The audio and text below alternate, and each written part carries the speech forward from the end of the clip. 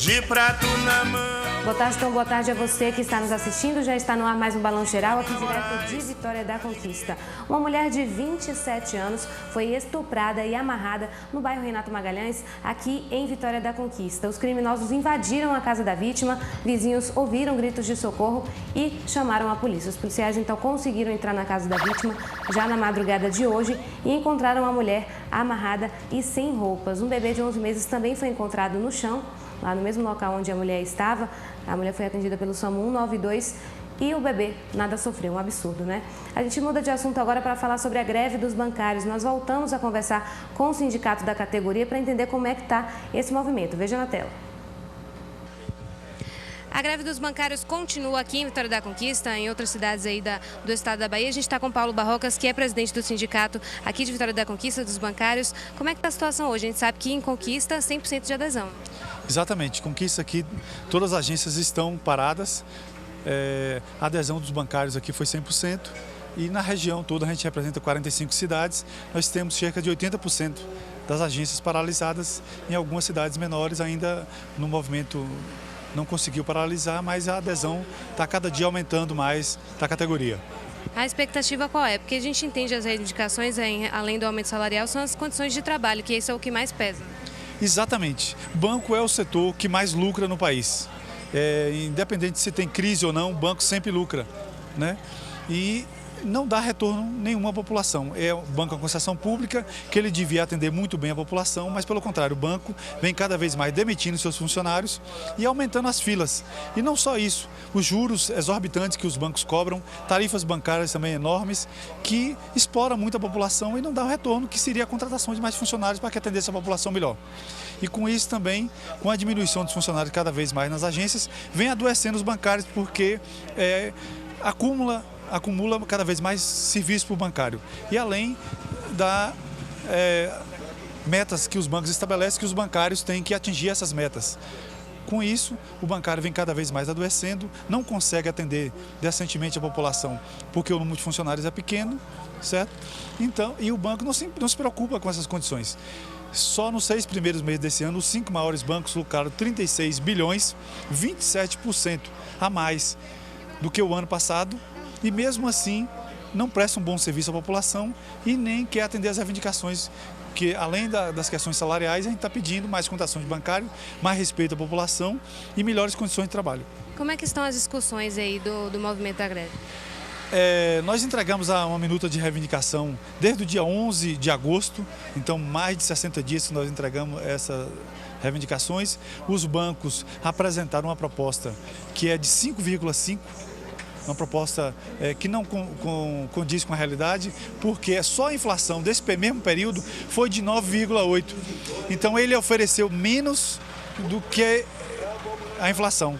Então não repõe nem o poder que o salário tinha antes de compra do salário. Então a gente está pedindo que tenha essa reposição da inflação e mais um ganho que compense essa lucratividade que os bancos têm. Eu vou pedir a Ricardo para acompanhar aqui. A gente está na porta de uma das agências mais movimentadas aqui de Vitória da Conquista, certo?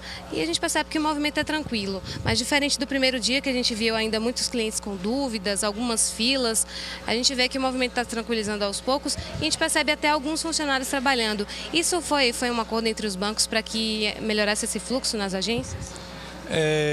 Uma quantidade de funcionários ainda está atendendo a população para manter os caixas eletrônicos funcionando e que mantenha a posse do imóvel com o banco. Então, tanto o fluxo de clientes como de funcionários que quiseram trabalhar, estão trabalhando, estão atendendo a população. Bom, e que tipo de serviço, por exemplo, que hoje não está podendo ser feito só no caixa eletrônico? O pessoal tem que pode procurar correspondentes bancários?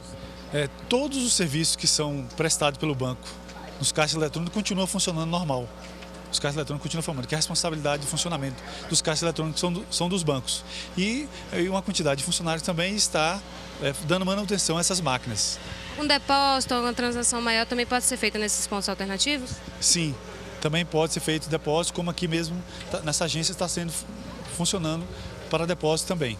Bom, esse movimento está tranquilo aqui, a gente conversou um pouco para entender quais são as motivações, quais são os próximos passos do movimento da greve, mas ela continua por tempo indeterminado. Continua por tempo indeterminado até que os bancos aceitem sentar para negociar e atender as reivindicações dos bancários. Estamos esperando só por parte do banco. A demora que vai ter pela greve, se demorar mais tempo, é só responsabilidade do banco, ele sentar e negociar com os bancários. Agora preste atenção nesse recado da Unip. Subir na vida não é fácil, mas quando você escolhe o caminho certo, é possível superar todos os obstáculos. E na Unip você pode. Na Unip você faz sua graduação no grupo educacional presente em diversas cidades do Brasil, estuda com professores qualificados, numa estrutura completa e pagando mensalidades a partir de R$ 169. É isso mesmo que você ouviu, mensalidades a partir de R$ 169. É a melhor relação custo-benefício do mercado. As inscrições para o vestibular da Unip são gratuitas e podem ser feitas através do site www.aquivocepode.com.br. Se quiser mais informações, ligue agora mesmo para o 0800 725 0045 e tire todas as suas dúvidas. E sabe o melhor de tudo? Na Unip você sabe exatamente quanto vai pagar por todo o seu curso e termina sua graduação sem dívidas e preocupações, pronto para enfrentar todos os desafios do mercado de trabalho. O que você está esperando? Não perca essa oportunidade de mudar de vida. Inscreva-se agora mesmo. Venha para a Unip, aqui você pode. Agora a gente vai para um momento de reflexão com o pastor Marcelo Amorim.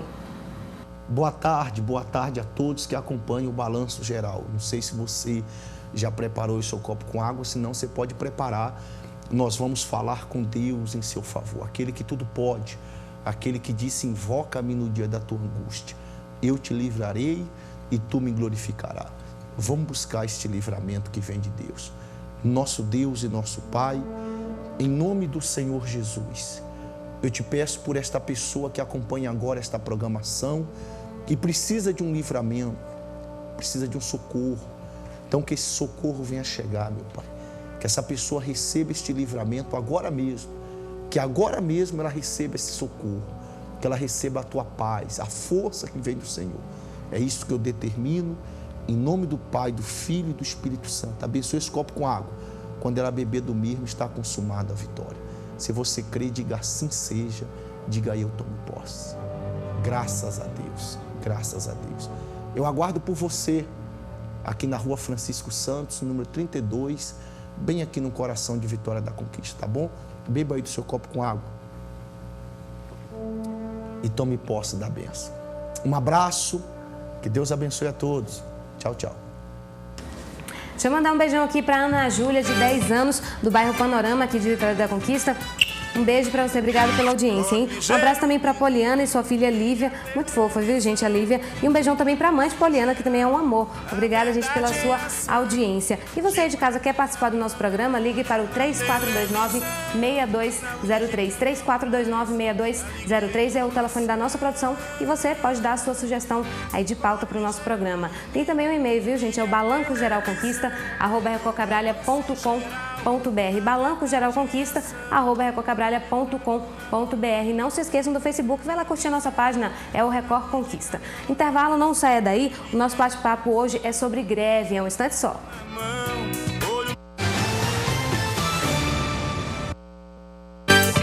Balanço Geral já está de volta, tem entrevista aqui no estúdio. Hoje o nosso convidado é Paulo de Tarso, ele que é advogado trabalhista, é professor aqui em Vitória da Conquista, né? De Direito do Trabalho, é isso, né, professor? Isso. Seja bem-vindo, boa tarde. Obrigado, boa tarde. Bom, o nosso tema de hoje é interessante, não só para quem é trabalhador, mas também para a população de uma forma geral. A gente vai falar de greve, entender os direitos, os deveres de cada um, como é que funciona isso. E para a gente começar, acho que o professor tem uma história interessante para a gente, para entender como é que surgiu esse termo da greve, né? É interessante mesmo, porque a palavra greve não tem nada a ver com paralisação. Na verdade, isso aconteceu no século XVIII em Paris. Tinha uma praça onde os trabalhadores desempregados, ou então trabalhadores que paralisavam a empresa, iam para aquela praça. E aquela praça chamava Praça do Graveto, ou seja, em francês, Praça da Greve. E então, quando o trabalhador paralisava, onde eles estão? Eles estão na greve, ou seja, na Praça da Greve. E esse nome acabou se consolidando, dando ao nome de paralisação, né? A paralisação que os trabalhadores fazem, reivindicando de greve. O termo continua o mesmo, mas assim, o contexto evoluiu muito, né? A gente sabe que mudou muito. Mas quando a gente fala de de greve em si, existe uma motivação reconhecida por lei? Porque, assim, na verdade, a greve é um direito reconhecido mesmo por lei para qualquer trabalhador. Ela já passou por várias fases. A greve já foi proibida, já foi tolerada durante a história, já foi um crime fazer greve, uma infração penal, mas hoje, no mundo todo, quanto mais democrático o país, mais desenvolvido o país, a greve ela não só é permitida, como ela é reconhecida e é um direito do trabalhador fazer greve. No Brasil, isso ocorreu a partir da Constituição de 88. E não é só um direito, mas também é o principal instrumento que ele tem também de reivindicar os seus direitos, né? É isso e a população tem que entender isso um pouco, porque a greve acaba sendo um problema muitas vezes para a população, mas a greve é um direito do trabalhador e o único instrumento que ele tem para forçar a empresa, o seu empregador, a atender às suas reivindicações. Então, é um instrumento de luta do trabalhador, é uma necessidade. Nenhum trabalhador gosta de fazer greve, mas às vezes ele é premido pela necessidade a entrar em greve. Normalmente, como é que acontece? As categorias têm um momento exato para se reunir, discutir como é que estão as condições de trabalho, eles fazem essas discussões e é a partir daí que é pensado ou não, né? Sim.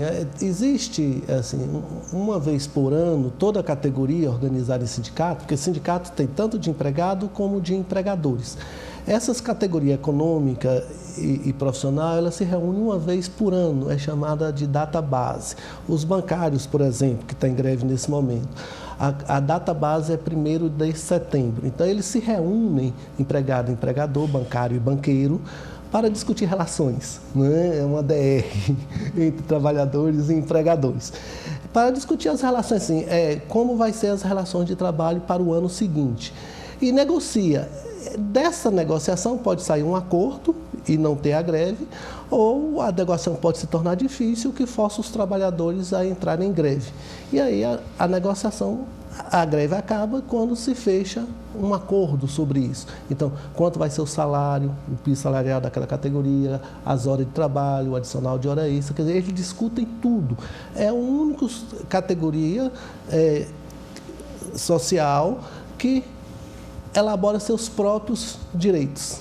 E na verdade, assim, a gente fala sobre essa database, mas alguns, até o próprio banco, por exemplo, eles estão fazendo uma tentativa de negociações já há alguns meses, né? Já. Os bancários, eles começam a se mobilizar desde julho, né? E estão negociando desde agosto. Para você ter uma ideia, como é difícil essa negociação, principalmente em um período de crise, né, econômica. Os banqueiros têm resistência em aumentar o salário, né, de dar qualquer aumento. É daí que a negociação emperra e o que leva os trabalhadores a entrarem em greve. Entendo. Agora, assim, já que a gente citou esse exemplo do banco e de outros serviços que também são essenciais, como é que a gente pode entender a questão do efetivo mesmo, né? Durante esse período da greve, como é que a gente tem que entender? Existe um mínimo número de funcionários que devem trabalhar? Como é que isso funciona? Olha, a greve ela é regulada por lei. É um direito do trabalhador, mas tem regras, né? Então, os trabalhadores ele tem que seguir a lei para fazer uma greve. A greve não é feita aleatoriamente. Ela tem um rito que ela tem que comunicar à sociedade e à empresa que eles vão entrar em greve com 48 horas de antecedência, se for um serviço essencial, por exemplo, saúde, transporte, até serviço funerário, quer dizer, coisas que não pode parar de jeito nenhum, os trabalhadores podem fazer greve. Mas nesse caso ele tem que avisar com antecedência maior, de 72 horas, e eles têm que manter um número mínimo de pessoas trabalhando. Por exemplo, os profissionais da saúde, eles não podem parar 100%, porque tem um bem maior que está sendo prejudicado, que é a saúde e a vida da população. Então, eles têm que manter um certo número de pessoas trabalhando. Isso mesmo ocorre com o transporte coletivo, com os trabalhadores do INSS, uma série de categorias que prestam serviço essencial à população. A gente ouve muito falar em 30%, mas cada caso é um caso. Cada caso é um caso. A lei não estabelece esse percentual mínimo, estabelece que tem que manter funcionando, né? Então, isso é negociado entre as próprias categorias profissional e econômica. Quantos trabalhadores vão permanecer prestando serviço? E caso haja problema, por exemplo, assim, o número de trabalhadores está aquém da necessidade, o próprio Ministério Público do Trabalho pode entrar com ação, né, pedindo para aumentar o número desses trabalhadores, a Justiça vai interferir nesse caso. E se a greve for assim, abusiva, os trabalhadores se recusarem, a greve pode até ser declarada ilegal.